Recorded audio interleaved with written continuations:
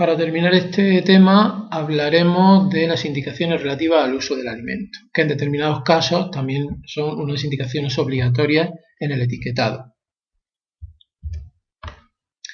Como mención obligatoria, establece el reglamento la necesidad de que aparezca el modo de empleo en caso de que, en ausencia de esta información, fuera difícil hacer un uso adecuado del alimento. Bueno, pues esta mención será obligatoria en esta situación. Cuando nosotros tengamos un producto que, si no informamos adecuadamente al consumidor de cómo lo tiene que utilizar, pues puede hacer un uso inadecuado de ese alimento.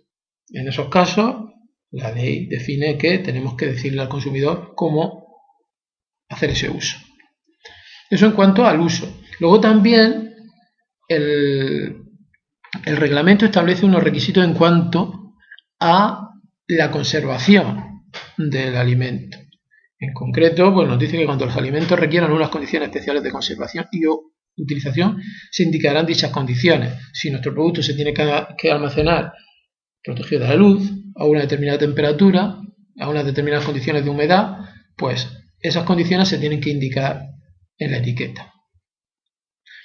Y también, otro aspecto importante es que una cosa es cómo lo conservamos antes de abrir ese alimento y luego, una vez abierto, si hay que seguir unas indicaciones para conservar ese alimento una vez abierto, también se tienen que indicar, ¿vale? Con el fin de, como nos dice el reglamento, con el fin de permitir la conservación o utilización adecuada de los alimentos una vez abierto el envase, se indicarán cuando procedan las condiciones y o la fecha límite de uso, que eso también es importante.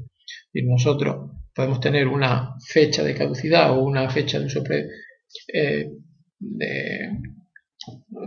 límite de consumo determinada para el producto cerrado, pero si la conservación de ese alimento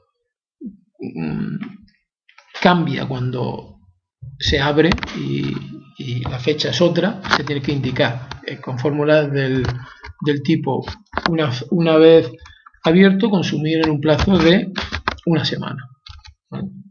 Bien, aquí tenemos un ejemplo en el cual pues, se trata de una sopa que requiere una información al consumidor para saber cómo prepararla. Pues en este caso sería obligatorio, como una mención obligatoria más, indicar el uso, la manera de preparar esa sopa.